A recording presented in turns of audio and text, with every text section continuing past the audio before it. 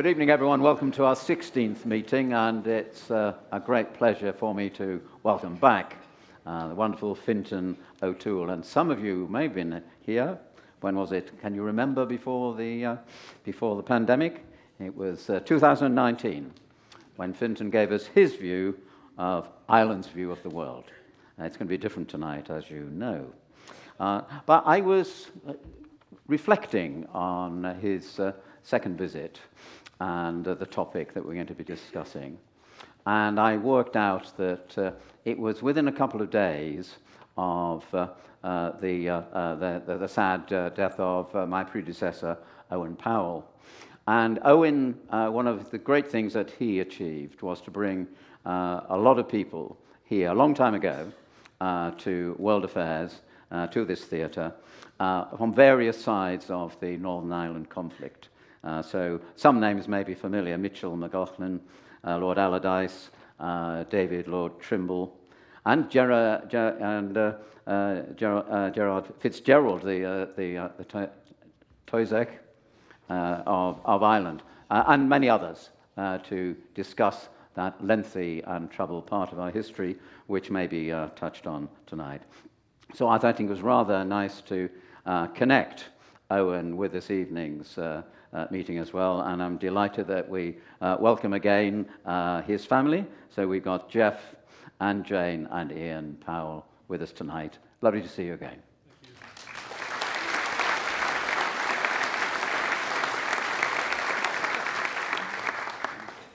So tonight's topic that Fintan accepted, which you can see, is a united Ireland, problem or possibility? ? And so he's going to give you an even-handed view of that matter. But I also want to mention that, and you've seen that he's an author, a historian, a critic, a polemicist, probably an iconoclast as well. But also he has been reflecting on what it is to be Irish. And last time I asked for a show of hands, who in the audience has some Irish heritage? Oh, that must be at least half, isn't it? Yes. So you feel at home? Yeah. Oh, good. Right. Well, it's not just the people with the Irish heritage, but everyone might like to meet Fintan at the book desk, because he wrote this work, We Don't Know Ourselves, and it's a personal history of Ireland since 1958. So he'll be with the Nantwich book desk, and this bargain book is on offer there, and I hope you'll get a personal meeting with him at the break. But that's enough from me. Let's hear from the man himself, Fintan O'Toole. Welcome again to Keele World Affairs.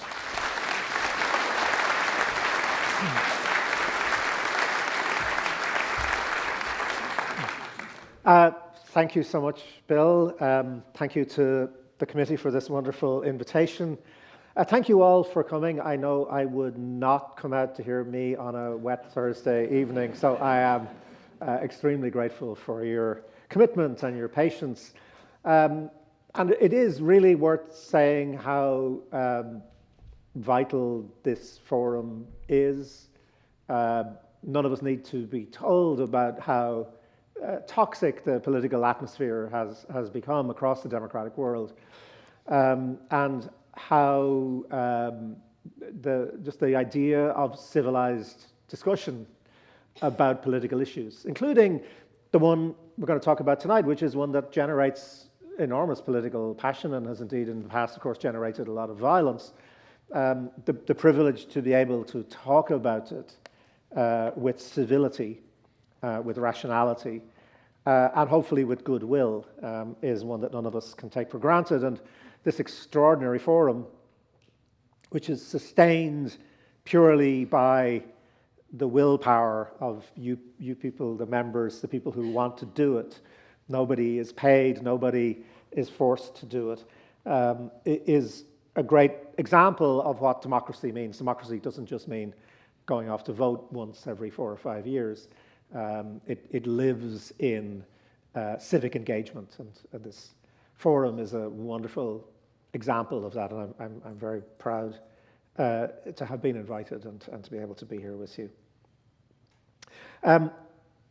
As it happened, this invitation to talk about this particular subject was very timely for me, because I've just finished a piece of work for the Royal Irish Academy, which the Royal in the title will tell you that it goes back to before Irish independence. It's an all-Ireland body which has kind of sustained itself.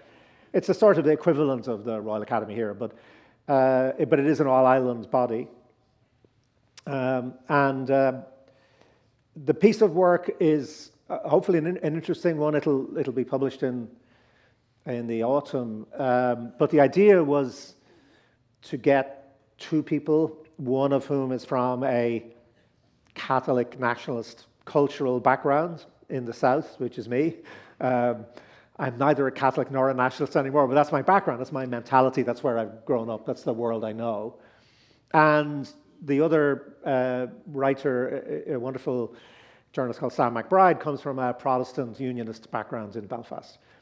And the task we were both asked to address was not that he would argue against a united Ireland and I would argue for it, but that we would both have to try to argue for and against. So we would do 4 essays effectively, where we would both have to try to set aside our own prejudices, our own mentalities, and try as honestly as we could to represent what we think the best arguments for and against a united Ireland might be. And so I'm going to try to emulate at least some of that process tonight for you, at least from my own perspective, right? And so what I'll do is I'll do 2 hours. No, I'll do 20 minutes on what I think are the best arguments against a united Ireland, and then I'll do 20 minutes on what I think are the best arguments for. And if I have succeeded, at the end of each 20 minutes, you will be persuaded of at least that these are substantial arguments, right? That there's something here to be thought through, and maybe that in turn might open up the discussion that we'll have afterwards, where I might allow myself to express some of my own opinions. But I will try, bearing in mind that I am who I am, that I'm my age, I've lived through the Troubles. I come from a very, very monolithic Catholic kind of background in the south of Ireland. But I'll try to give you as objective a view as I can. And I'm going to start with why it might be a bad idea. And one of the things I want to address at the beginning of that is really a sort of assumption that's made by Irish nationalism, right, that we've always made, which is that the partition of the island is sort of innately unnatural. Right? After all, God made it an island. It has natural borders. Right? You look at the map, and it's a single unit. It feels like this should be one political entity. And a lot of Irish nationalist rhetoric for centuries has used that kind of imagery. Right? But actually, if you think about it for a minute, there's nothing natural or unnatural about whether an island is a political entity or not. Right? New Guinea is an island. It's divided between Papua and Indonesia. Borneo is an island. It's divided between Indonesia, Malaysia, and Brunei. Hispaniola is the Dominican Republic and Haiti. Timor is Indonesia and East Timor. We could go on, right? But also we could reverse it and say, okay, so Irish nationalists say it is completely illegitimate for an island to be divided into more than one state. Well, that kind of cuts the ground from under Scottish and Welsh nationalists, whom Irish nationalists tend to feel sympathetic towards. So we tend to say, well, in Britain, of course, Scotland is a very different kind of entity, has a different history, a different culture, and at the very least deserves to be regarded as a nation in its own right. So why could that not be true of, say, Protestants in Northern Ireland? So we have to leave aside this sort of assumption about what's natural or unnatural. We also have to recognize, and this is somewhat very seldom, I think, addressed, which is that Ireland has never been united as an independent state. There is not a single point. Irish nationalists use the term the reunification of Ireland, and I say, well, when exactly was it united as an independent country? Before English domination begins and English colonization begins, I mean, there is high kings in Ireland, but no historian of medieval or ancient Ireland thinks that any high king ever governed the entire island. It was multiple kingships, some of which, in fact, were not confined to the island itself.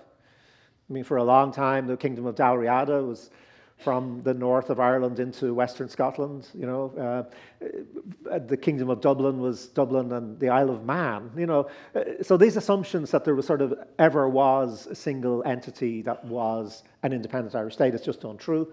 In fact, this is the great irony of Irish history. The only times Ireland has been regarded as a single political entity was under English rule. It was the English who created the idea of the lordship of Ireland and then the kingdom of Ireland later on.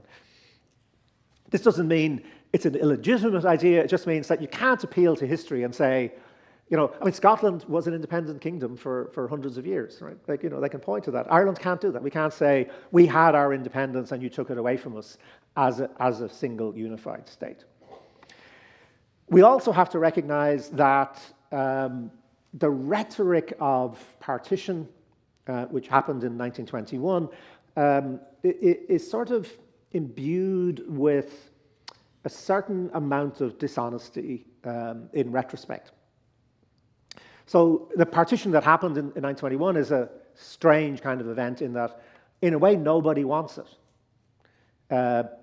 Remember, Ulster Protestants, who ultimately drive it, they were opposing home rule for Ireland. That was their raison d'etre politically. What did they get? Home rule for themselves. Irish nationalists, of course, thought about Irish home rule first and then independence as being for the island as a whole. So nobody really wanted it. It sort of emerges out of the incompatibility of two political visions. And however, the dishonest bit is that actually ruling classes on both sides of the border come to quite like it. They won't really admit it. Well, Ulster Protestants will admit it. They say, yeah, they're quite happy with Northern Ireland. In the south, in what becomes the Republic, partition is decried as a tragedy, but actually Irish ruling classes were very, very comfortable with having their own state. Why? Because it could be an overwhelmingly Catholic state. So what partition did was it saved both parts of the island from having the trouble of trying to create genuinely pluralist, open, democratic political entities. Right?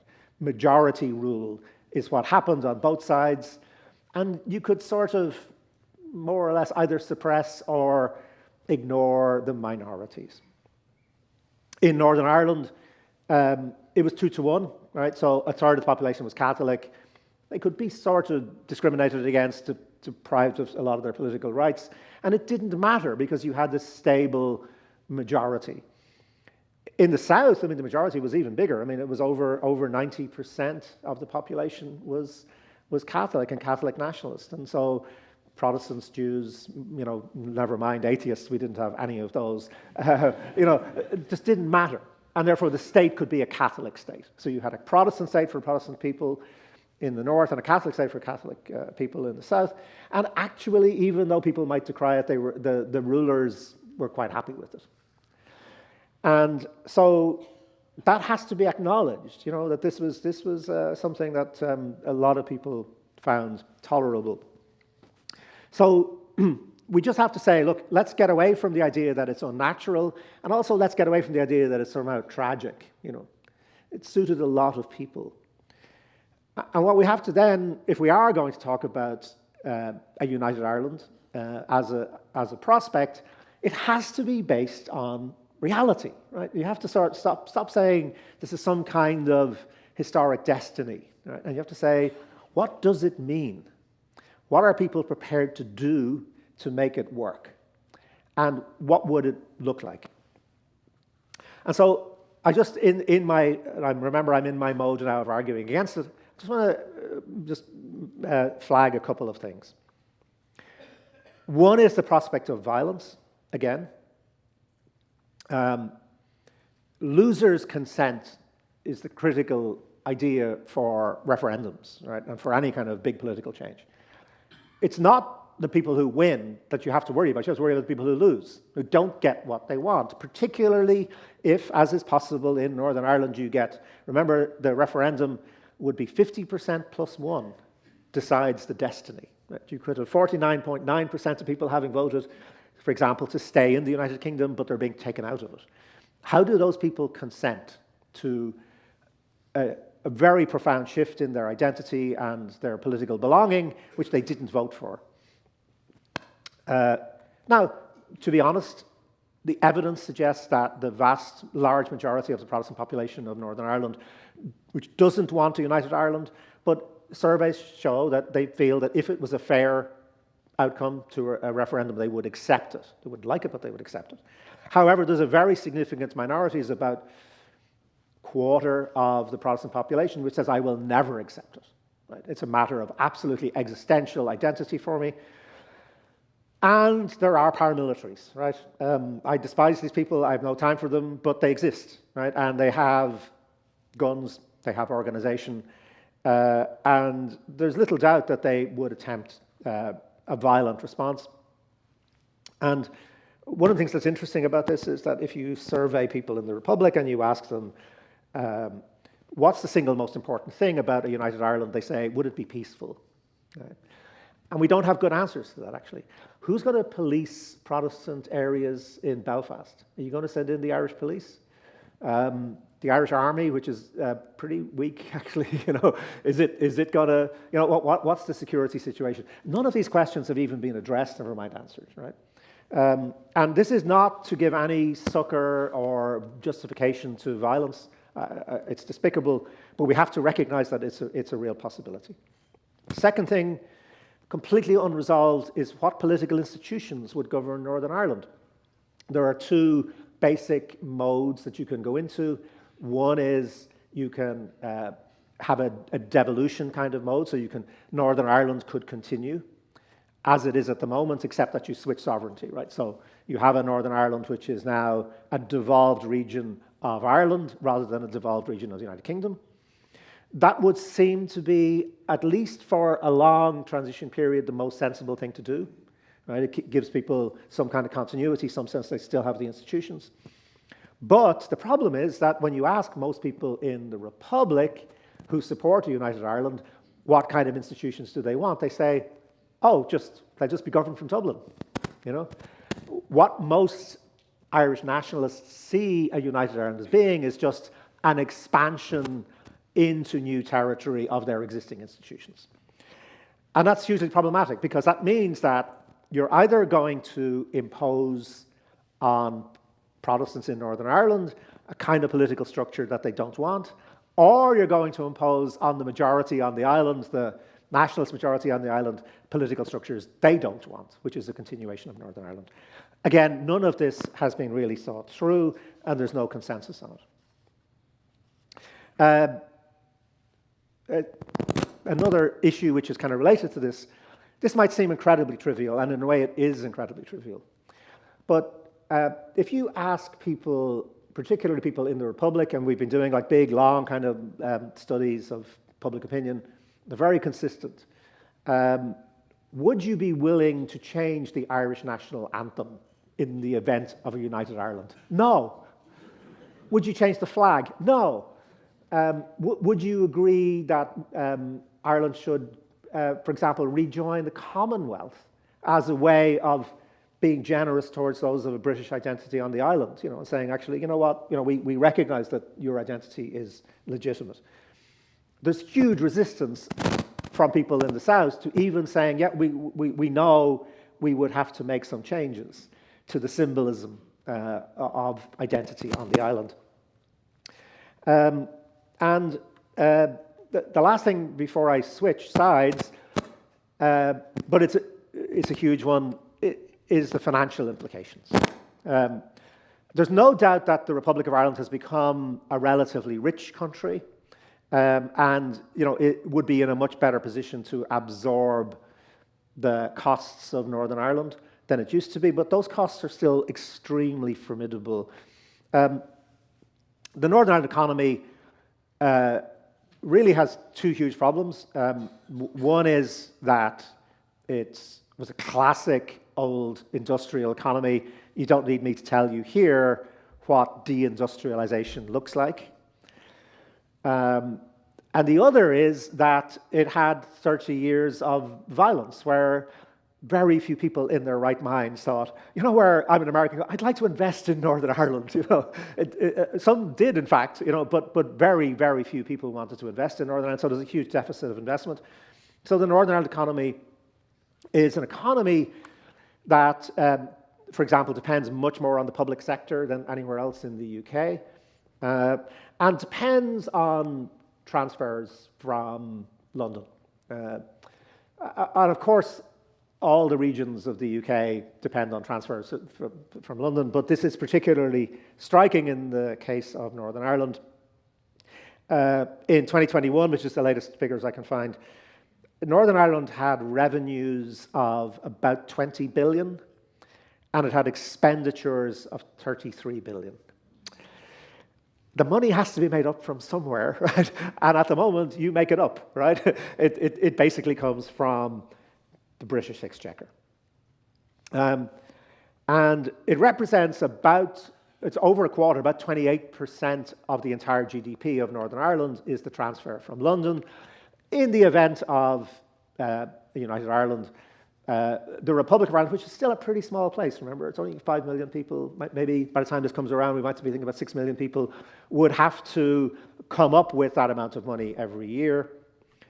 Economists suggest the cost would be about 20 billion, in fact, for the Republic every year, because you'd have to make up the subvention, but also there's things like the fact that social welfare rates, for example, are much higher in the Republic currently than they are in the North. Public sector pay is much higher.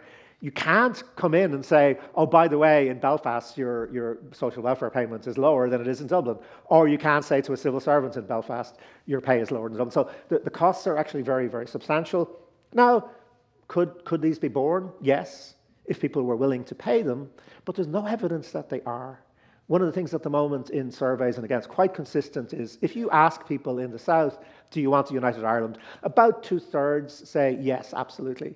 And then you say, would you be prepared to pay higher taxes in United Ireland? Absolutely not. Overwhelmingly people say no. So those, I think, are things we could go on about, and we might talk a little bit about them in the discussion, but there's also questions around, you've got very different welfare systems, you've got very different healthcare systems, you've got very different education systems.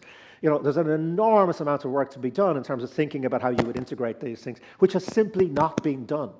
There's been no serious engagement with how you might do these things. Okay, so let me turn around now and be the other guy who's arguing for. So let's go back for a second to this idea of, is it natural or unnatural? Well, okay, it's true that many islands are separated, but let me just give you a very brief quote. It is true that we are part of one island. It is true that we are all Irish. That's not a quote from an Irish nationalist. That's a quote from the Northern Ireland government, Unionist Protestant government in 1956. In a pamphlet that it published making the case for Northern Ireland. It basically said, of course we're all Irish. Of course we all live on one island. It's very, very recent that Protestants in Northern Ireland stopped saying they were Irish. It really is a product of the Troubles. Right? Irishness was a concept that most people who lived on the island accepted. They might have very, very different religious views and very different ideas about their political identity, but they'd no doubt that they were Irish. Right? So yes, of course, it's complex, but there is a very deep sense, and the fact that there's never been a single political entity on the island doesn't mean that there has not been a very, very strong, very deeply rooted historic sense of Irish identity. right? Which goes back really as far as we can find writing, as far as we can find written records. People are identifying themselves with the island.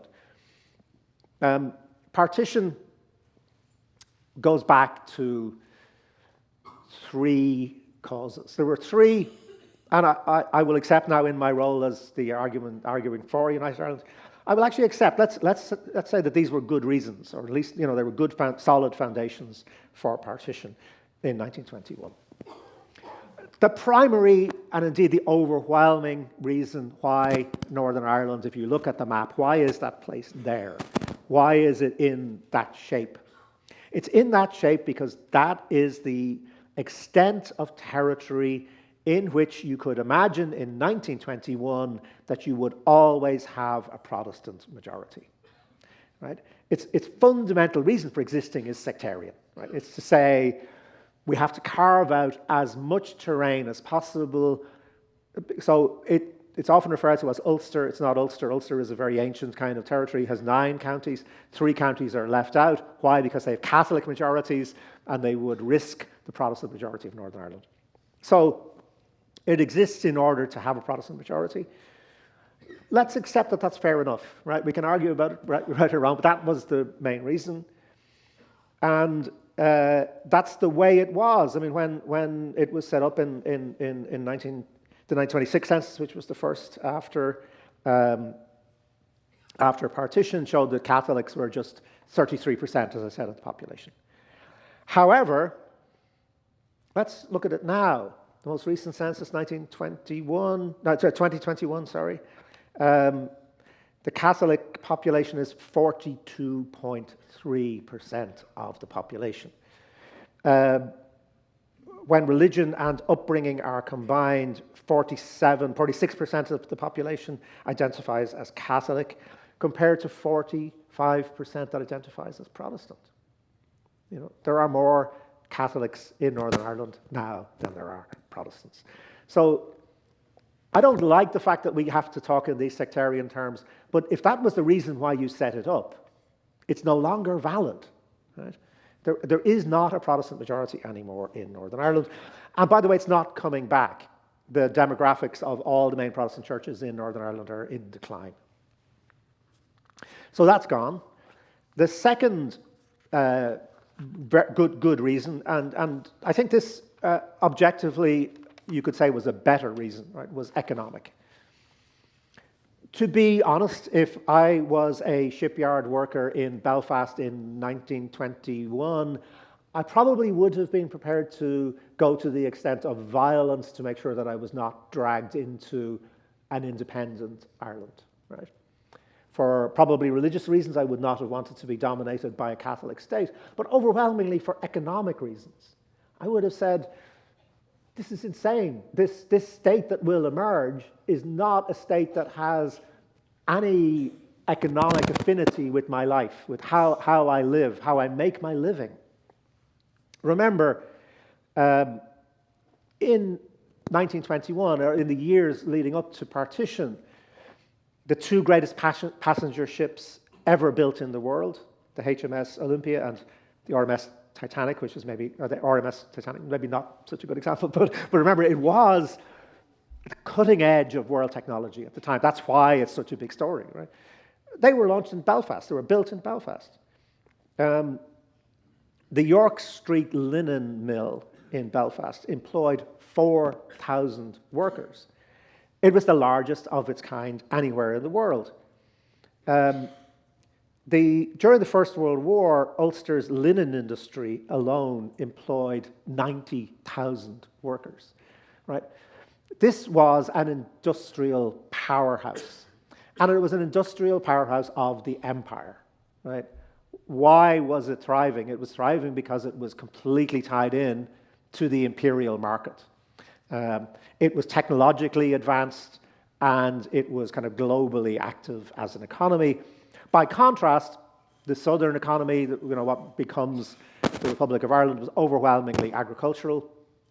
If anything, it had been deindustrialized. The 2 places are genuinely very, very different in economic terms.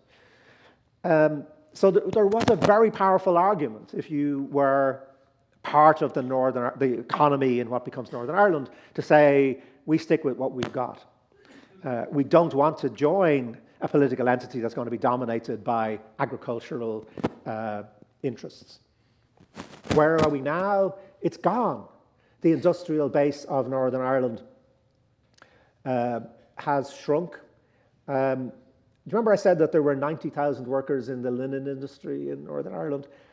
There are now 89,000 workers in all manufacturing industry in all of Northern Ireland, right? In every conceivable industry. The industrial base is gone. Meanwhile, the opposite has happened in the South. The South has far long ceased to be an agricultural economy. It's a highly sophisticated manufacturing and services economy, which in a sense is much more tied into what's now the empire, right? The empire in 1921 was the British Empire. The empire now is the American Empire, and a big part of the American Empire in Europe, for good and ill, is the Republic of Ireland. Right? All the major American multinational corporations have their bases in the Republic. Ironically, there are actually now more people at work in agriculture in the north than there are in the south. Right? So that's gone. Right? That whole sense of difference has disappeared. And thirdly, the third pillar of partition, of why Northern Ireland existed, was this very, very profound alliance between Ulster Protestants and British or English conservatives. Right? That's really politically how it came into being. Ulster will fight and Ulster will be right. You know, it was as much a conservative slogan, it's Rudyard Kipling, as it was an Ulster one. You probably know the official name of the Conservative Party is, of course, the Conservative and Unionist Party, and that comes from its identification, particularly with the insistence of Northern Protestants on resisting Home Rule originally for Ireland. That alliance is gone, right? There may be still some kind of rhetorical remnants of it trotted out now and again at Conservative Party conferences, but the frank and obvious evidence is that they don't give a damn. They were sold out, right? They were sold out over Brexit, right? Boris Johnson, Theresa May told Northern Ireland Unionists that there were no circumstances whatsoever, ever, under which Northern Ireland could have a different Brexit from the rest of the UK. What did it end up with? A different Brexit. They were told that there were no circumstances whatsoever in which there could be a border in the Irish Sea. What have we got? A border in the Irish Sea, right? All the evidence, and the survey evidence was fascinating. During the whole Brexit controversies, there were lots of surveys of Conservative Party members, for example, asked if Northern Ireland leaving the United Kingdom and joining a United Ireland was a price to be paid for Brexit, would you be willing to do it? The overwhelming answer was yes. Good riddance, let them go. So those three pillars of why Northern Ireland was set up really are no longer valid. Let's think then about these questions that obviously always hover over this, which is identity. Right? So underlying all of this, right, is historic division between binary identities. Right? Ireland's tragedy is that for historical reasons that you know about, we had fusions of religious and political identities. Right? Religion can be a wonderful thing. Politics can be a wonderful thing. Fuse them together and it tends not to be quite so wonderful, right? You tend to get, particularly when it's done in this zero-sum game of, you know, Protestant Unionist versus Catholic Nationalist. And you could say that a united Ireland is not feasible if those are the terms you're still thinking in, because there's still not fundamental reconciliation between those two tribes in Northern Ireland. However, I just point you to two really important changes. One is that, again, survey evidence is really interesting in this. if you ask people in Northern Ireland what their identity is, and you give them multiple choices, right? If you say British or Irish, they might say, they'll go one way or the other. If you give them more options, so if you say you can have Northern Irish, for example, the single most popular one is Northern Irish. Right? If you ask people, are they nationalist or unionist, roughly 40% of people say both, one or other, which means they're both minorities. What do the other 20% say? Neither or other. I don't want to be imprisoned in those binaries. That's not who I am. And overwhelmingly, those people are younger. Right? So younger people who've been born since the peace process, since the late 1990s, tend much more to be open-minded about their identity and to think about their identity as multiple. A really important thing that's not talked about much but needs to be spoken about here is that Ireland has become a multicultural society. I grew up in a place that was overwhelmingly monolithic, ethnically, religiously, racially. If you saw, and those of you who have connections with Ireland would remember, if you saw a person of colour on the streets in Dublin, you kind of knew that they were probably training to be, there were an African person maybe training to be a missionary in a convent or a monastery. Or they might be somebody training to be a surgeon in the College of Surgeons or whatever. You could sort of identify a person, But there was no multi-ethnic population. Now, 20% of all the people living in the Republic of Ireland were born somewhere else. Right? Which means they already have hyphenated multiple identities. They're, by and large, very proud to be Irish. They're taking out Irish citizenship. But you live in a multicultural society. You know that people are actually perfectly capable of living with being English and British and Nigerian and Jamaican and whatever. Multiple hyphenated identity is normal, and it's become normal on the islands of Ireland. Roughly, as I said, 20% of people in the Republic and about 10% of people in the North now were born somewhere else.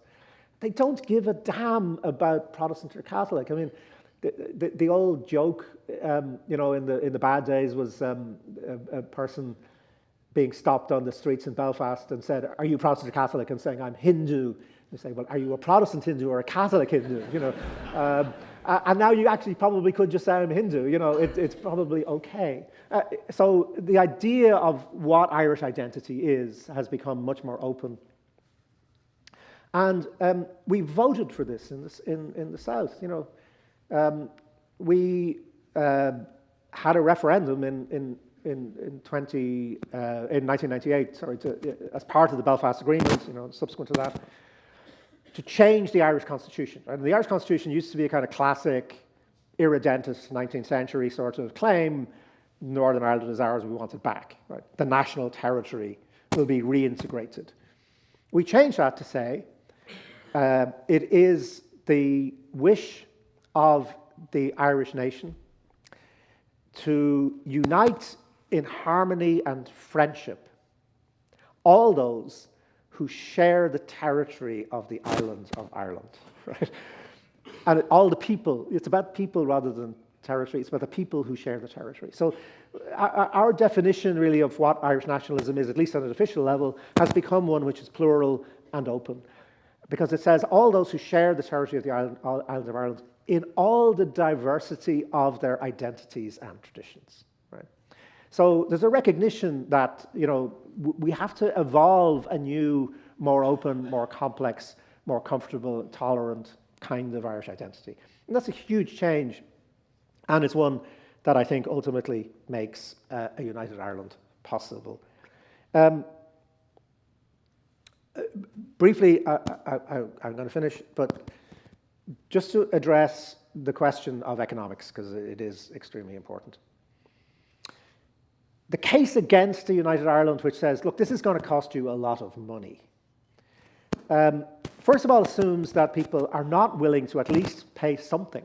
You know, like it's if you say in the abstract, like, would you pay higher taxes for something? Most people will probably just say no. Right? If you start making that into something that feels more real and feels more manageable for people, people do. I mean, Germans in the West paid higher taxes because they thought actually integrating Germany is a good thing. But also, one of the things that's missing here is the idea of dynamic economic change. Right? Yes, if you think about Northern Ireland now and you say, well, it's a bit of an economic basket case, who wants to take it over? But that leaves aside things that are already happening. So since Brexit, for example, there's been an enormous increase in cross-border trade. There's been an enormous increase in the number of businesses in Northern Ireland who are trading across the border who never did before. There's been a huge increase in the number of people who are kind of economically active across both jurisdictions. So it's a dynamic, right? It can change. You can create new wealth out of unification, because the fact is whatever you think about whether partition is natural or not, you have had a very unnatural division of the economies on the island. Right? So you basically, on a pretty small island, you developed two economies with relatively few connections between them. And we just know that trade increases wealth. A last point to make about this that's really critical is, why is Northern Ireland relatively economically troubled? The fundamental reason is to do with education. And the fundamental reason is to do with, this is very stark, the educational failure in Protestant working class communities. The places where early school leaving, for example, is an endemic problem, are largely the communities that have been deindustrialized. You know, you recognize this problem. Ones where there's a sense of despair, there's a sense of loss, and particularly boys in those communities are leaving school at 14, 15, and that in turn feeds into a huge disparity in productivity between North and South. So the South has done an awful lot of things wrong. I'm professionally critical of my country, but one of its astonishing achievements is it's been bloody good at getting people educated. I was born in the worst educated country in Europe. I live in the best educated country in Europe. 54% of the entire population of the Republic of Ireland has a third level qualification, right? It's been very good at doing that. And doing that alone, if you could get educational standards in the north up to the standards in the south, which I think you could do, that would be economically transformative, not just for the north, but also for the whole island, right? So if you had an all-island economy which was based on high productivity, high levels of skills, and high levels of education, the future would look an awful lot brighter. So those are the two cases. I hope you've been entirely persuaded by both of them. And we'll take a little bit of a break while you ponder on them. And happy to chat to people during the interval, and of course, and look forward to discussion afterwards. Thank you very much.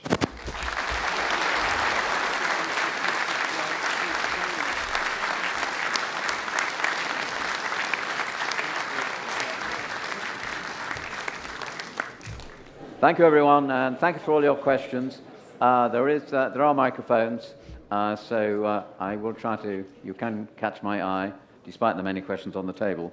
I'll just do a quick one, stimulated by your very thought-provoking talk, Fintan. So Joe wonders, what is the cause of poor education in the north? Have you any brief thoughts on that? The north.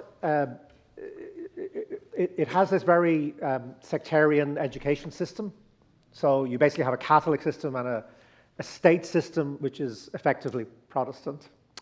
So that itself is outrageous. I mean, how are you ever going to get reconciliation when you still take kids and send them to different schools, on accordance with their religion?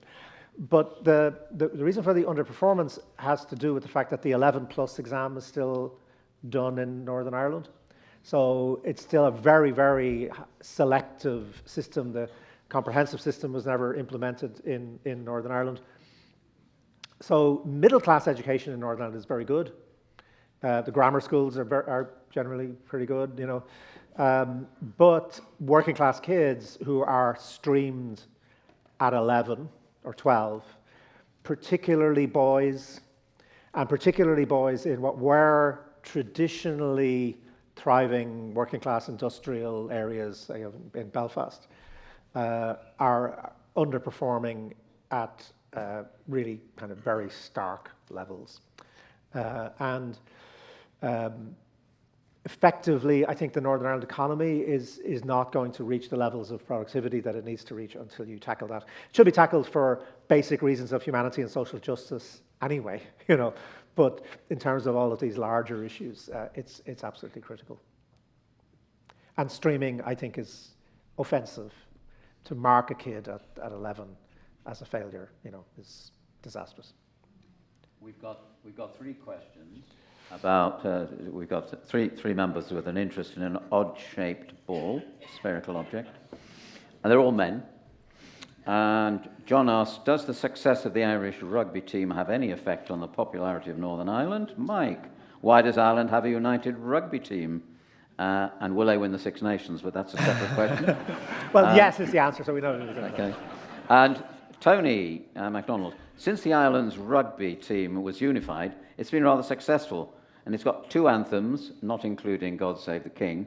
Are all the people of the island in favour or against this unification? So great questions, thank you very much. It is fascinating, and you know, let's sport, at least for large parts of the population, is a very important part of identity. You know, it really does matter to a lot of people, and it's utterly fascinating that when partition happened, all of the middle class sports just carried on. You know, they were just the Ireland teams. You know. So they would play England, and they'd all cheer for Ireland against England or Scotland, or you know, whatever.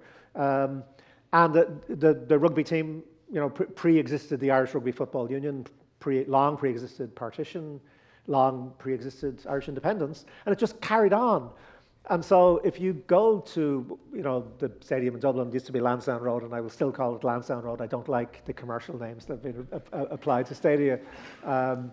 You will very likely, if you're cheering for Ireland, be sitting beside a Protestant unionist from Belfast who is equally cheering for Ireland with no problem whatsoever. And it's that, you remember I started, you know, talking about in the 1950s, even kind of the unionist government, and well, of course we're all Irish, you know.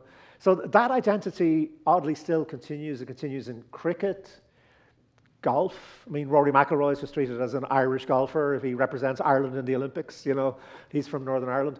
I mean, nobody worries about it. Interestingly, though, working class sports, and particularly soccer, are divided.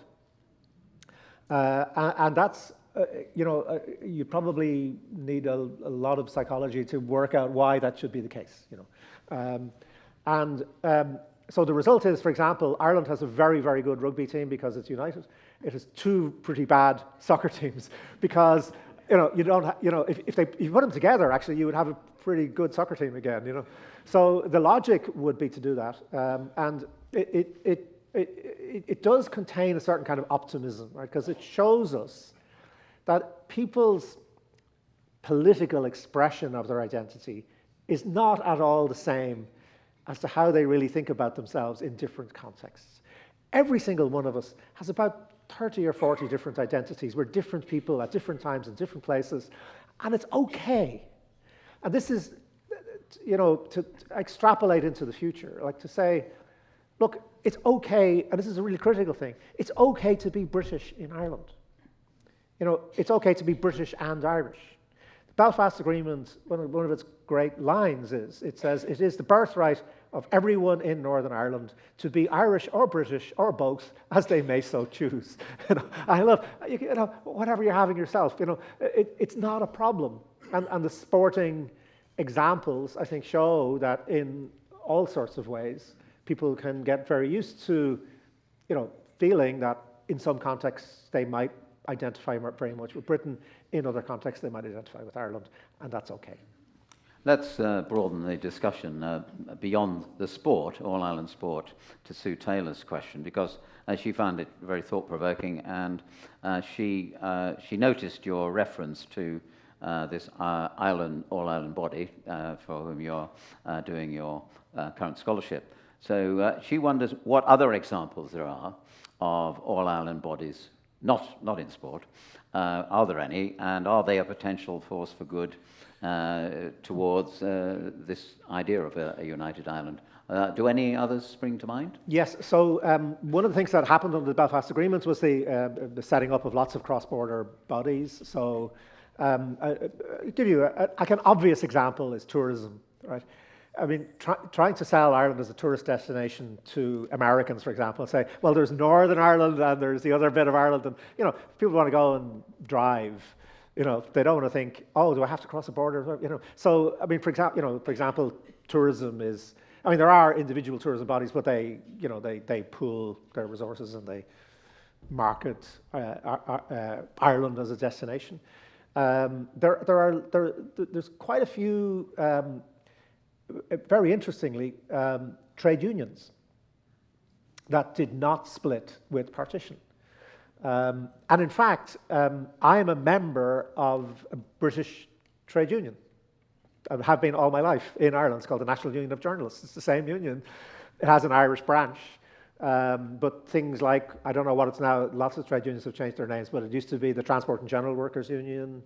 When I worked in a sweet factory, I was a member of the Transport and General Workers Union. So lots, not only a lot of bodies that stayed all island, and the sporting ones we mentioned, cultural bodies as well, but actually a lot of them just pretended that Ireland never left the UK. Why? Because, of course, well, you put up your hands earlier on. I mean, for God's sake, look at it. We're of course, there's a very fraught set of relationships. We can all talk about the conflicts, we can all talk about the injustices and the cruelties and all those kinds of things. But on a day-to-day living level, we are friends, neighbors, we are, intertwined genetically, we know each other. I mean, you can't turn on BBC without having an Irish accent from somebody, Graham Norton or whatever, or Terry Wogan used to be, equally, in Ireland. You can't listen to British pop music without going back to the Beatles, for example, or, Oasis, or, used to be, we could say it about Morrissey, but, I mean, so much of our culture is a culture which is not a homogeneous mix, but a meeting of the impulses. My favorite writer is Shakespeare, and unfortunately he wasn't Irish. Does it bother me? No, of course it doesn't. The English language is the language in which most Irish writers, after all, conquer the world. So, at the real level of human interaction, how we think about ourselves, how we imagine, we're actually very friendly, and this idea that there's Britishness over there and Irishness over there and they're never the twain shall meet has never been true. And I think if we could exploit that more and celebrate that more, I think it would help the political process. A quick thought on cultural values, or liberal values, prompted by Sean King. He wonders whether you think the recent social liberalisation in the South, he's thinking of abortion, gay marriage rights, and so on, has that helped or hindered the idea of unity? Can you compare the two regions in those cultural respects? So, up to really, towards the end of the 20th century, again, if I were trying to put myself in the mind of a Protestant in Northern Ireland, I would say, I don't want to be part of those people. They won't allow me to get divorced. They won't allow me to buy contraceptives. Never mind abortion, which is always a kind of fraught issue in lots of different societies, but, really basic civil liberties. And particularly if I was a woman in Northern Ireland, I would have said, there's a repressive Catholic state that I don't want to be part of. And, these were very reasonable, well-grounded, and legitimate concerns. The slogan that was weaponized in Ulster leading up to partition was "Home rule is Rome rule." And I'd love to say it was completely outrageous, but it wasn't. Now, does this mean that there was not sectarianism and bigotry on the Protestant side? Of course it doesn't. Ian Paisley was nobody's example of the enlightened tolerance. There was anti-Catholicism as well, hatred of Catholics just for being Catholics. So I'm not saying that there's sort of one side is innocent and the other guilty in all this, but the sectarianization of both states that I mentioned, really did copper-fasten partition. And therefore, the freezing of that, it is an extraordinary thing to have lived through, the collapse of political Catholicism. And I emphasize political Catholicism. I'm not talking about faith. I'm not talking about spirituality. I'm not talking about people's deep inner core of what they believe and how they see themselves. I'm talking about that being your political identity. That has collapsed completely in this century in the Republic of Ireland, and it's not coming back. And those you mentioned those two referendums. The same-sex marriage. It would not have been imaginable for me that Ireland would be the first place in the world in which equal marriage would be introduced by popular vote. It had been done by courts and parliaments elsewhere, but actually to have to put it to a popular vote that you think all these prejudices are going to come out, it was 2-1. It was overwhelming. And then the abortion issue, which was so fraught, to remove the ban on abortion from the Constitution. Again, it was 2-1. The consensus has shifted completely into a much more open, tolerant consensus, which is not driven by religious identity in terms of saying what I believe in terms of my own religion must be the law of the land. People have understood that actually a pluralist democracy allows other people to think differently.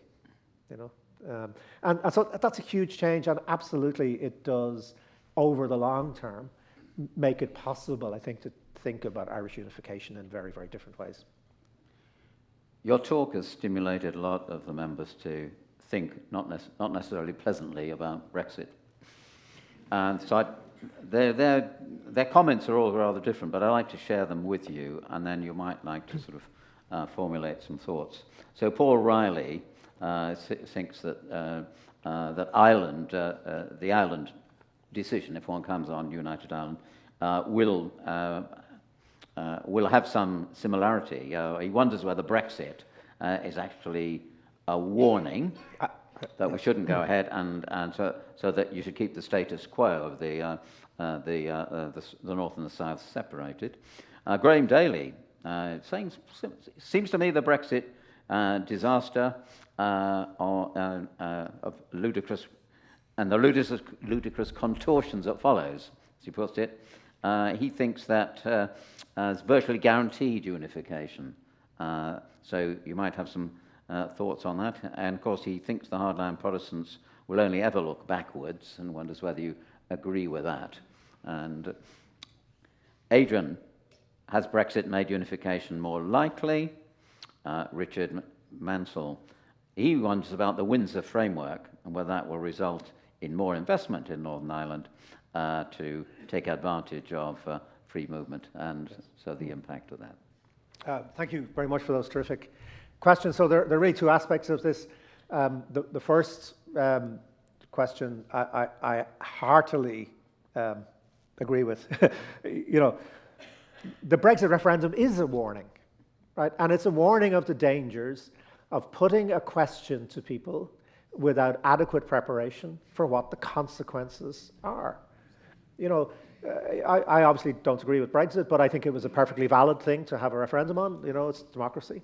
But you have to have laid out, what does it mean? When you end up saying Brexit means Brexit, you've got a problem, right? And I don't want a United Ireland means United Ireland, right? Because this is worse, remember, I mean, it was a terrible thing to do in the UK, but it's a worse thing to do in a society which is still in some ways coping with the trauma of a 30-year conflict, which has the capacity for violence, you know. So whatever you think about a united Ireland, part of the reason we've been doing this project is trying to stimulate public to think, look, leave aside whether you, in the end, you would vote yes or no. Just think that in order for that vote to be meaningful, you would need to have the answer to the following questions, right? Some of which I talked about, but lots of other ones about health services and lots of things people want to know about. And therefore, the reason this is dangerous, by the way, is, I probably should have said this earlier, but what are the circumstances under which a referendum would be held in Northern Ireland on unification? And they're actually pretty dangerous ones.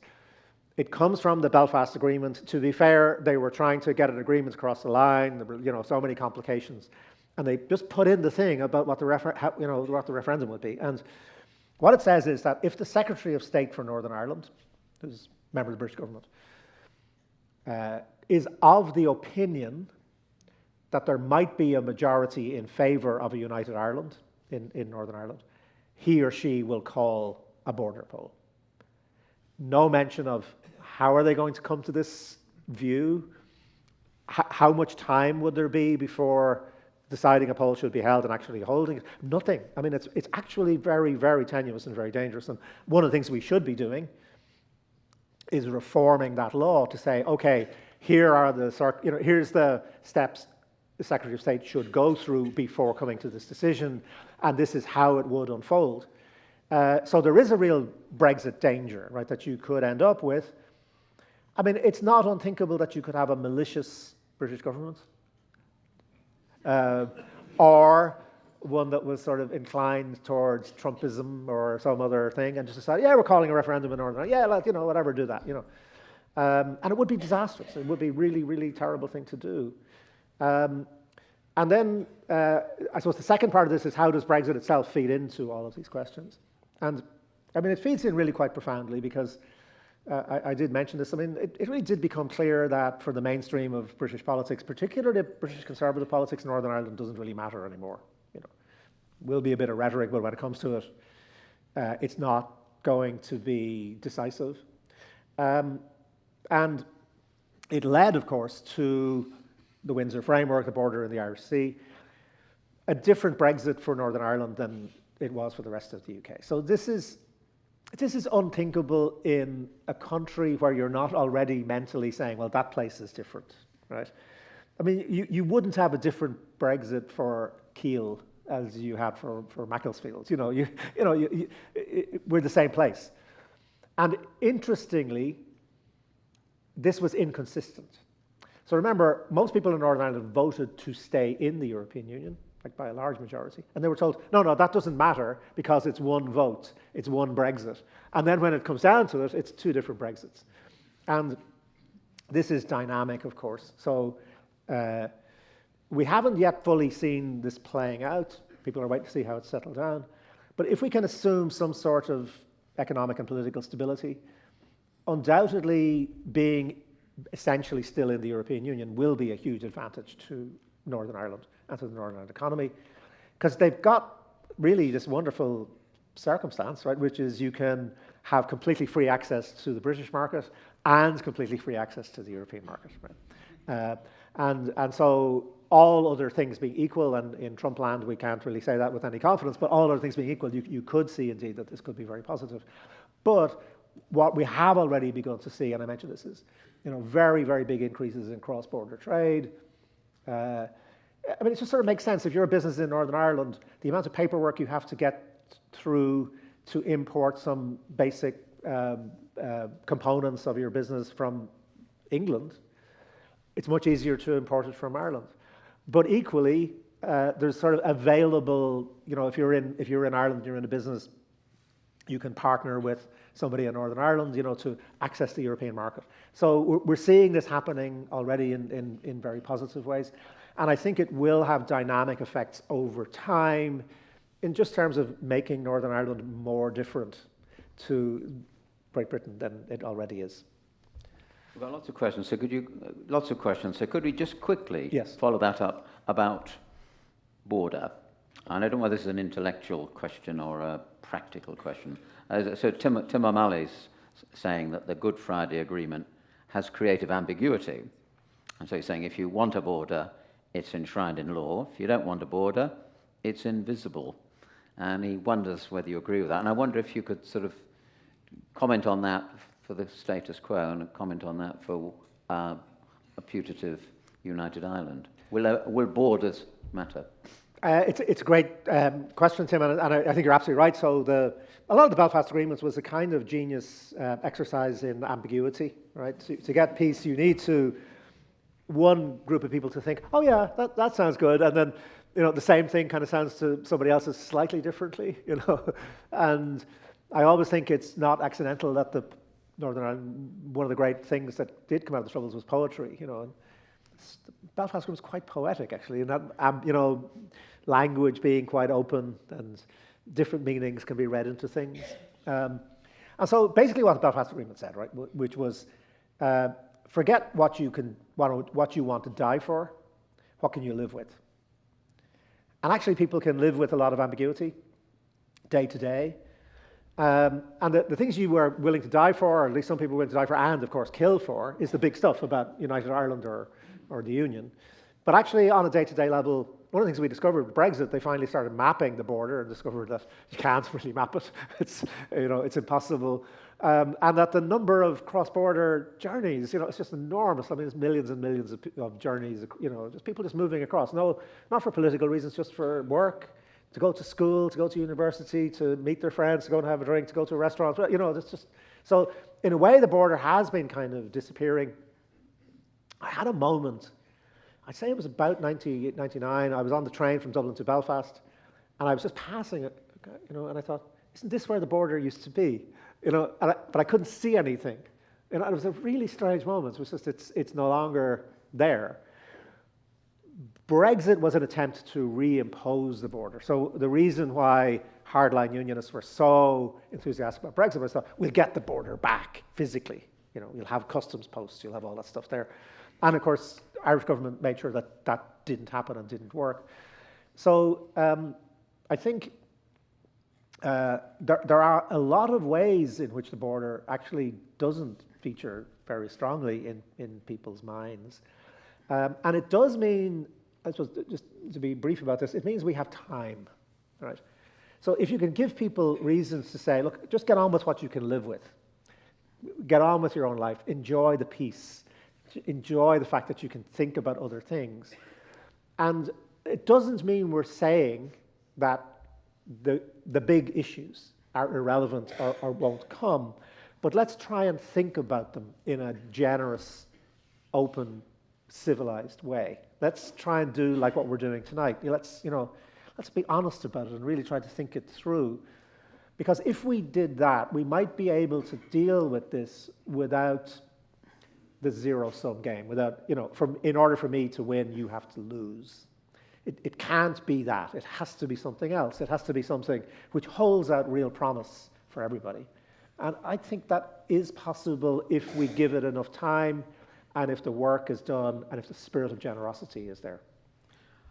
I'm going to get international in a minute, but I just want us to home in on something you discussed and you've stimulated thoughts, and at the centre of it is really is Belfast. So Marge, you've convinced her that from your two presentations, she felt the arguments for a united Ireland had greater weight, but she wondered how that's going to be achieved when Belfast still has locked gates in communities, for example, in parts of what's called the Peace Wall. Do people call it the Peace Wall? They still do, unfortunately, yes. Yes. And Julian Barry seems to be persuaded by some of these arguments for a majority in the island of Ireland in favour. But he again wonders how it's going to be achieved in the face of violence from up to 20% of the Northern Ireland population. And Faye Lambert wonders where the power base would be in a unified Ireland. Would it be in Belfast or Dublin? Yeah. Or and I suppose that implies, would Belfast have any say? Yes. So would you like to explore Belfast briefly? Yes. So it's again, it's a wonderful question. Thank you, and it's absolutely, I think, touches the right nerve. You can't really have unity until you have at least a very large degree of reconciliation. Right? I'm not interested. I said I wouldn't give my own views until maybe we had talked about the other things. But my own view is, look, I want to see Ireland united. I think it could be a wonderful thing. And I think it could be an opportunity for a new state to emerge with real hope and a real sense of justice and a real sense of pluralism. But it has to be done on the basis of reconciliation. It has to be done generously. And this is the challenge, right? That those of us who come from a Catholic nationalist background will now find ourselves as the majority. And majorities have responsibilities to minorities. As Irish Catholic nationalists, we're used to thinking of ourselves as the oppressed for good reasons, for being, in a way, being a minority in the UK who are oppressed. It's a very different mentality when you have to start thinking about generosity, and you have to start thinking about, look, I don't like your identity. I don't like your Britishness. I don't like your royal family. I don't like all that stuff. But it's yours. You're entitled to it. You're as entitled to it as, I'm entitled to the things you don't like about me and my Irish ballads and my Guinness and whatever. We have differences. And those differences are tribal, and they have been kind of reinforced by violence. As I said, they have been moving apart, or rather moving in the right direction. Moving towards, there's definitely a middle ground that has emerged. But there's a lot more work done. I don't think we should be talking about unity until we've managed, for example, to unify the education system so that Protestant Catholic kids go to school together, I don't think we can really talk about unification until people realize that, going back to things I was talking about, say, like flags and anthems, you have to say, like, what does this matter? You mentioned, like, the rugby team has 2 anthems, right? Fine. If you want to have 3 anthems, you want to have 4 anthems, fine. What's the problem with this stuff? John Hume, the great John Hume, the nationalist leader who really was the kind of architect of the peace process and who stuck with nonviolence all through that horrible period. Hume used to just keep saying, you can't eat a flag, and we have to come back to that sense, that what really was going to matter for people is not facing off against each other, waving our flags at each other, but is actually, trying to create some sense of common ground. This is, we can be somewhat optimistic about it. If you take just a brief example of this, so when I grew up, say the First World War, enormous trauma, right, one of Europe's great traumas, the world's great traumas, was a Protestant issue, right? The reality was, vastly more Catholics died fighting for the British Army in the First World War than Protestants did. And often they fought side by side, in the same battles, and they died side by side and are buried in the same graves, close by each other. And that was an issue. And I remember even talking to a guy who was in the IRA, in Belfast, and he said to me, I just realized my great-grandfather died in the First World War, and we never spoke about it. And I didn't know anything about him. And then he started researching, then he started thinking about this. This is common heritage. This is stuff that actually we all share. And so there has been a lot of work done, and there is a lot of ground saying, history is not just about, what you did to us and what we did back to you. There's enormous amounts of common experience in a small island. So there has been movement, I think, towards trying to disarm some of those violent mentalities. But a lot more work needs to be done. Some quick hypothetical questions, which you ought to expect. So if, would a united Ireland automatically be part of the EU? and how would that affect its relationships with Britain? And I'll couple that with, that's Sheila Fernihoff, and I'll couple that with Christine Faust's question. Would it make more sense for the whole of Ireland to have the same currency, the euro, or would Northern Ireland lose out if that happened? So we do know the answer to that first question, actually. It's not entirely hypothetical because, extraordinarily, as soon as Brexit happened, the European Council met, and one of the resolutions they passed, unanimously, the entire European Union said, if Northern Ireland, at any point in the future, wishes to join the United Ireland, it will automatically rejoin the European Union. And this was quite a big thing for it to say. If I was Spanish, for example, Spanish government, I'm thinking, hold on, is this setting a precedent for Catalonia, or but actually they were very, very clear in saying there is no question. The model that will be followed will be the German model. So just as East Germany automatically became part of the European Union, this would happen to Northern Ireland as well. The currency question is a very interesting one. It would have to be the euro. There's no way you can run two currencies on the same island. Within the same economy. There could be a period of transition. But yes, I mean, these are things that people would really have to kind of get their heads around, right? Which is that sterling would cease to be the operative currency in Northern Ireland. One would hope, well, I would hope, that by the time we get to United Ireland, perhaps there might also have been a rethinking on Britain's relationship with the European Union, and that therefore, this is not just me being facetious about this. I mean, I think just as Northern Ireland was the fly in the ointment for Brexit, right? It was the thing that made it all very difficult. It could also be part of a process by which we all thought about how do we belong together, because it's a joint problem. It's a joint enterprise. One of the things to stress about this is that if a United Ireland is to happen, it must happen not just with the kind of grudging acceptance of London or of Britain. It must happen with the absolutely active involvement of Britain. This is part of a British responsibility, historic responsibility. Britain created Northern Ireland. It has to be part of what happens to end that story. But maybe that could also be part of a much wider kind of set of discussions about what our relationships in the archipelago between Ireland, Scotland, Wales. There used to be quite a popular opinion, really, when Irish Home Rule was very, very controversial in the late 19th century. A lot of people said, why not have Home Rule all round? Why not have Home Rule for England, Home Rule for, and actually some of that's happened, but Home Rule for England is the bit that hasn't happened yet and might not be a bad idea. So there are ways in which thinking about changing the architecture in Ireland is also thinking about changing relationships between these islands and Europe, and might also be an interesting way of thinking about maybe more creatively about how we relate to each other in the archipelago. These two questions are pretty much the same, but they don't address the question that you've been talking about, but I think we should put them. It's about NATO. Yes. So in view of the current events in Europe, will Ireland, and it's Ireland today, not United Ireland, consider joining NATO? And Chris Nibbs put it differently, with Ireland's defences weak, should Ireland join NATO? And he mentions the Russian subs and spy ships that have been seen off the coast. Yeah. You give us some quick thoughts on again, excellent question. So will Ireland join NATO in the foreseeable future? No. There's no public support for it.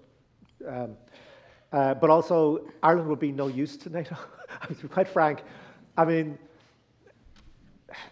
we have a very small army, which actually is appropriate, right? We don't really need a big land army. What our army does, and it does extremely well, and it will end up probably doing it in Ukraine, is peacekeeping. We have a lot of experience of peacekeeping and actually know how to do it and have done it very, very well. And I think that, we should be very proud of it. But it's not a fighting army and never has been. We don't really, much more serious is we don't have an Air Force and we don't have a Navy. Right? The Air Force is a funny one because you ask Irish people, they insist we are militarily neutral. We don't do military alliances. There is a secret agreement between the government of Ireland and the government of the United Kingdom that when Russian planes, as they do, test Irish airspace, the RAF will go up and chase them away. Right? And this is done all the time, and everybody knows it, and nobody wants to talk about it, right? Nobody says. Because it raises all these questions about neutrality. Ireland is, to be really honest about this, is not neutral. It's not neutral politically. It's aligned with the European Union, but also it's not neutral in the classic sense. So, military neutrality means that you don't join military alliances, but you look after your own defence, and we don't do the second bit. We have one of Europe's largest maritime economic zones. It's a huge area of the Atlantic is the Irish economic zone. We can't patrol it. Last time I looked, we had one naval ship that was fit to go to sea, and it had no guns that were working on it. We call our naval ships after writers, which is sort of very nice, but I sort of have an image of the W.B. Yeats, pulling up alongside a Russian destroyer, and we just read them poetry, and they say, "Oh, you're so lovely." We'll go. Of course, we're not going to, cut those cables under there. Or even worse, maybe the secret weapon is we have a ship called the Samuel Beckett. I think we could send out. They could read bits of Samuel Beckett. They'd always get so depressed they're just going to go home. So, but seriously, it's a really good question. We don't really have time to go into it fully, but this is going to have to be addressed, right? Ireland has been very naive. Frankly, it's been a free rider on European security, and we can't do this anymore. So whether or not we're talking about a united Ireland, we're going to have to invest a lot more, particularly in having a navy. It's a very obvious thing that Ireland has to do. But it does feed into the united Ireland question because, of course, Northern Ireland is in NATO, right? And so one of the responsibilities that you have to think about is, well, here's your own population saying we're not going to join NATO, but you're actually taking on an area which is already in NATO. And what are you going to do about that? Like, what's the security implications of this? Who's going to patrol it? Are we going to be more honest about our relationship with the Royal Air Force? All those kinds of questions really come into play. And again, it's just saying, look, if you're serious about this, talk about these implications. You have to have worked these things out long before you get to a point of a yes or no referendum. Right? You have to know what these answers are. Most evenings would not be complete without a Trump question. Linda Sherwood, since all US presidents like to claim Irish descent, do the Irish actually want to acknowledge Trump? We know about his Scottish mother or Scottish mother, but so it's an interesting question, and of course it does raise the other question as to whether in all these hundreds and thousands of orders that he's wanting to throw at everybody, whether actually a united Ireland might be on his list somewhere. Yes, he has a large golf course in County Clare, and I could definitely see him demanding the cession of large parts of the Irish coast so he could expand his golf course. But seriously, Trump is unusual actually in having no Irish heritage, of which we're immensely proud. But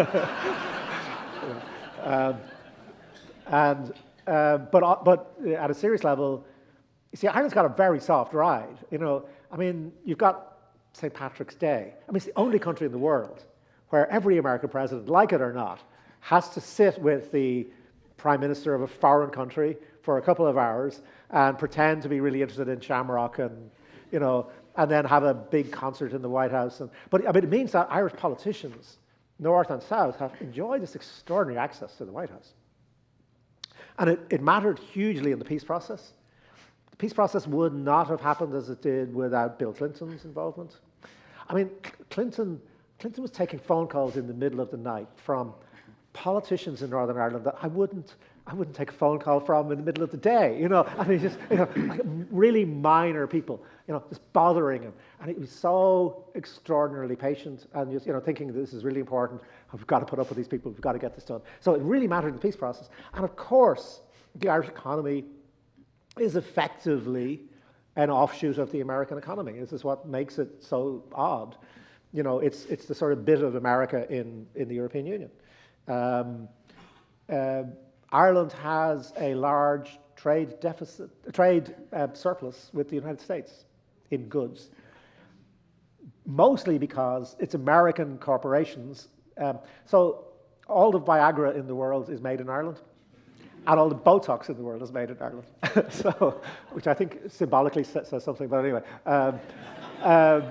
And, so huge amounts so most of this trade surplus is pharmaceuticals, very high tech, very high added value.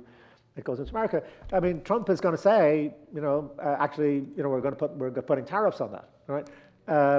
So this is an existential question, actually, for the Irish economy, for the way in which Ireland has gone. And does Ireland have this kind of weird outsized influence in America anymore? I don't think it has with Trump, actually. I don't think Trump gives a damn. Maybe the last Irish-American president was the most Irish-American president was Joe Biden, I mean, I don't know if you remember when Biden was elected. I remember watching the BBC just the morning after the election, and the BBC correspondent comes up to him and says, President-elect, have you got a moment for the BBC? He looks and he says, the BBC? I'm Irish. It was like, which is kind of weird. But, there was that sort of idea that Ireland is sort of special, sort of little brother, little sister of America. And we're going to have to stand outside of that sort of warm embrace, I think, for a while, and are very, very exposed to the vagaries of Trumpism and what Trump might want to do. So it's going to be a rough ride, I think. Quick question about the United Ireland vote, if you like. They come in different forms, these questions, but Dave Martin's sort of bothered about the 50% plus Yes. one because of the Brexity feel of that, and he wonders whether, he says, 52-48, would that be a sort of fair margin? But you've been talking about 2-1 and all sorts of things. So would there be other possible ratios that would decide it?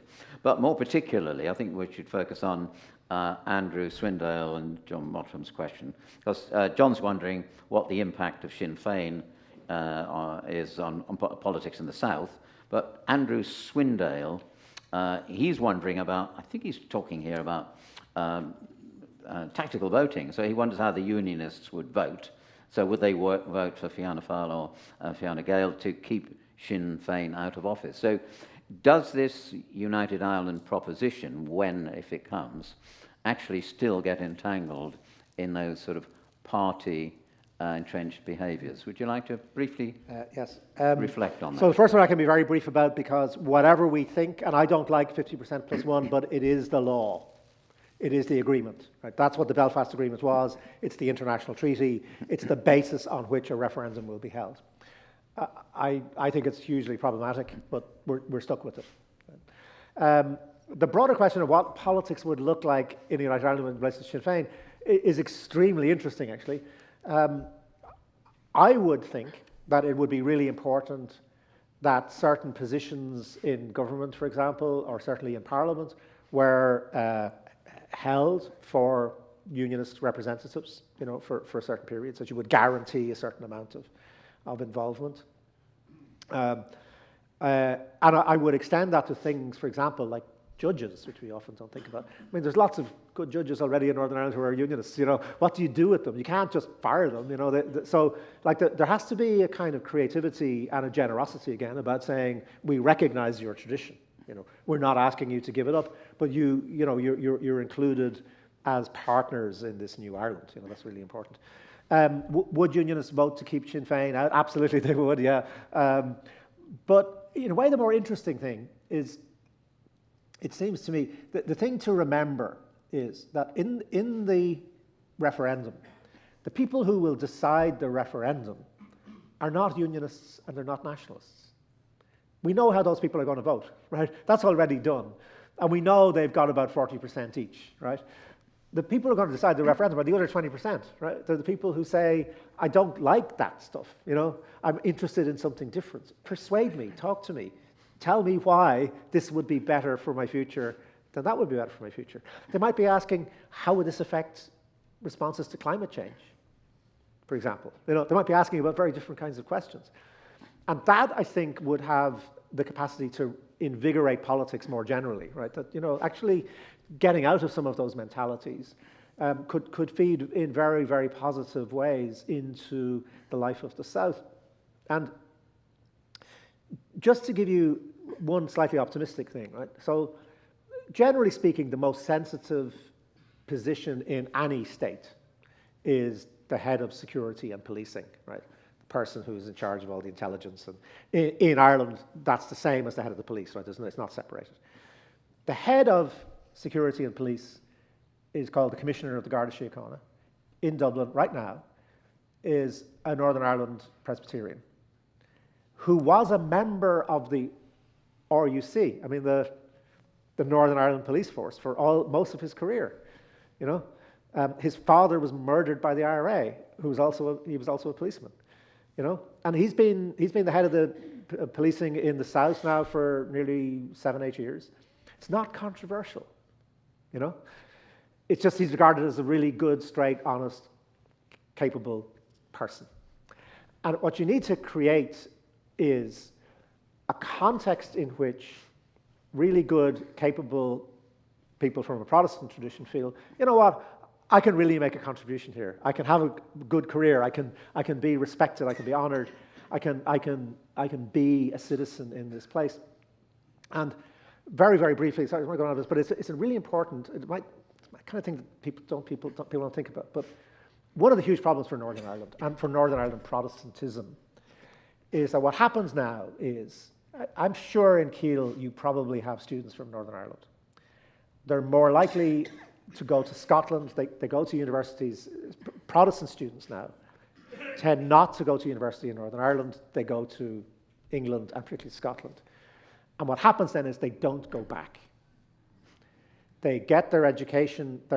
Most of them are fantastic kids. You know, they're really smart, very ambitious, and they stay in Scotland or in England.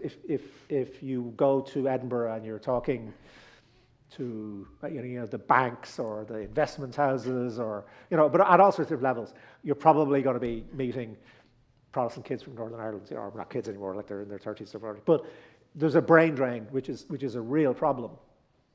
And one of the key things with the United Ireland would be, how do you stop that? How do you say to people, actually, you know what, you can have really good opportunities in a new Ireland, So this feeds into the politics of it, I think, in terms of trying to create a different kinds of politics, which gets beyond this orange-green stuff that I think is where a very significant number of people on both parts of the island want to see the political future being, where we would actually have lots of political arguments, but they would be about the health service, and they'd be about welfare, and they'd be about education, and they'd be about the things that we really all should care most passionately about in terms of human dignity.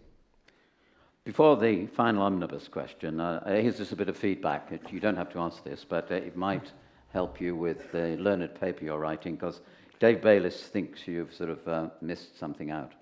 Yeah, so he says, while there are many examples of islands that are 2 or more countries, there are also many examples of countries that are made up of more than one. Yes. He mentions New Zealand and Philippines. So he surely says, isn't there a case to integrate it all into a bigger country called Britain? But you don't need to comment unless you want to in your finale. And these are all on the same track. So Hugh Gledhill has thought he gave a wonderful explanation, but he wonders what will change, and he wonders what will promote change. Is there a trigger that's going to bring the United Ireland question forward? Julie is asking, is a United Ireland likely in your lifetime, or is it the Gen Z people who are going to address and solve the problem? She also wonders, actually, what you learnt from the experience of pondering the question. Yes, thank you very much. Well, a lot of Irish people did remain in the United Kingdom. They moved. I mean, a lot of you, your parents, maybe your aunts, your uncles, silently rejoined the United Kingdom. And if I might be political for a moment, they rejoined social democracy. I know my aunts, my uncles, all my father's family left poor, working class Dublin, not because they wanted to be subjects of Her Majesty in the 1950s, but because they wanted the NHS. They wanted to be in a trade union. They wanted to have a union job in a factory. They wanted the kind of opportunities for their kids.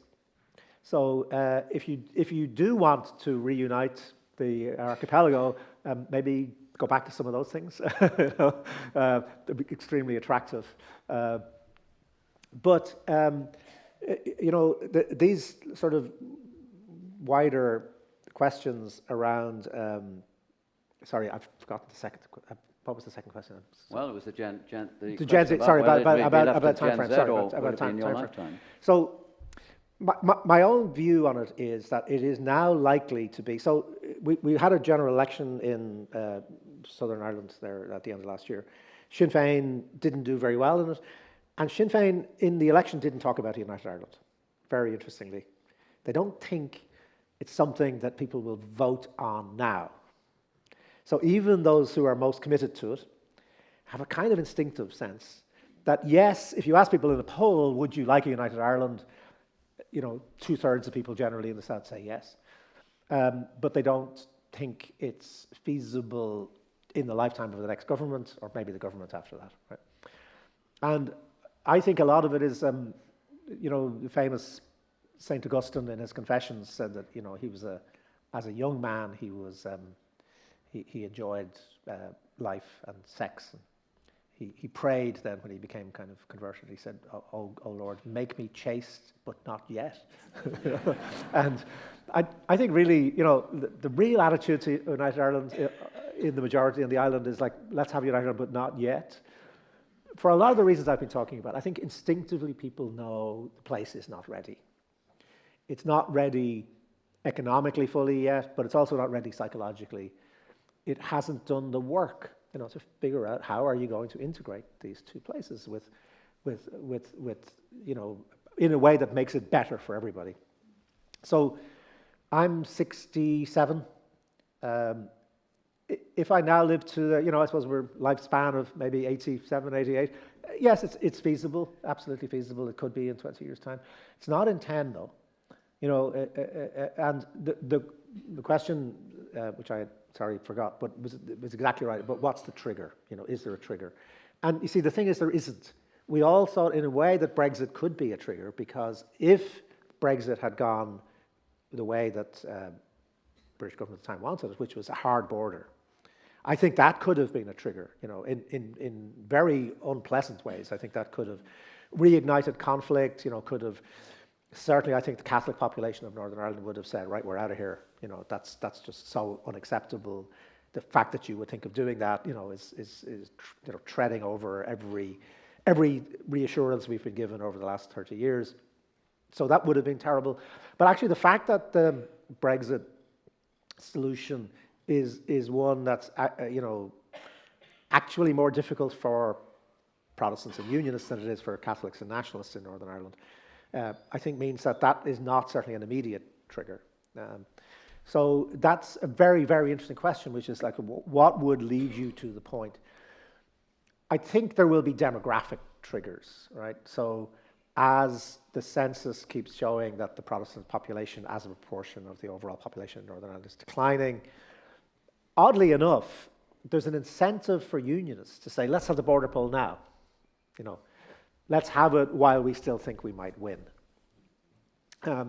And if I was a unionist, actually, and they're very poorly led, unfortunately, there's no real strategic sense there, but what I would be doing is I would be pushing for a border poll now, because you would win. If you had a border poll next year, Northern Ireland would not vote for United Ireland. Why? Because most Protestants would vote against it. A lot of Catholics would vote against it. Not in terms of saying, you know, it's something I'd like to see in the future, but they would say, I don't know what this means now, you know, I've no idea. And, you know, people, the NHS has been battered and abused in some ways, but it really still means an awful lot to people, regardless of whether they're Protestant or Catholic, you know.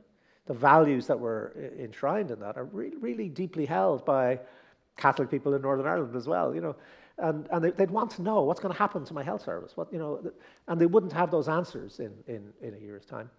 So paradoxically, if I were wanting to reinforce a unionist position, I would want to have a border poll very quickly.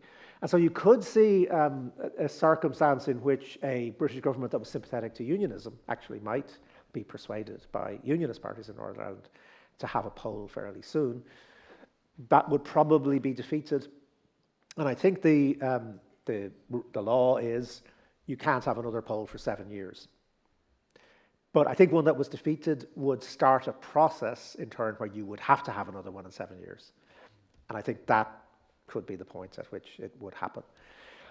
I just hope that for the first time in our history, we have the chance to make a fundamental reconciliation of all the horrors, all the difficulties, all the violence, all the cruelties of Irish and British history. We have the chance to resolve those in a generous, civilized, peaceful way. No other generation in the history of these two islands has had that opportunity. And I think it's a responsibility that should weigh heavily on all of us, in Britain as well as in Ireland, because this is a British question as much as it's an Irish question.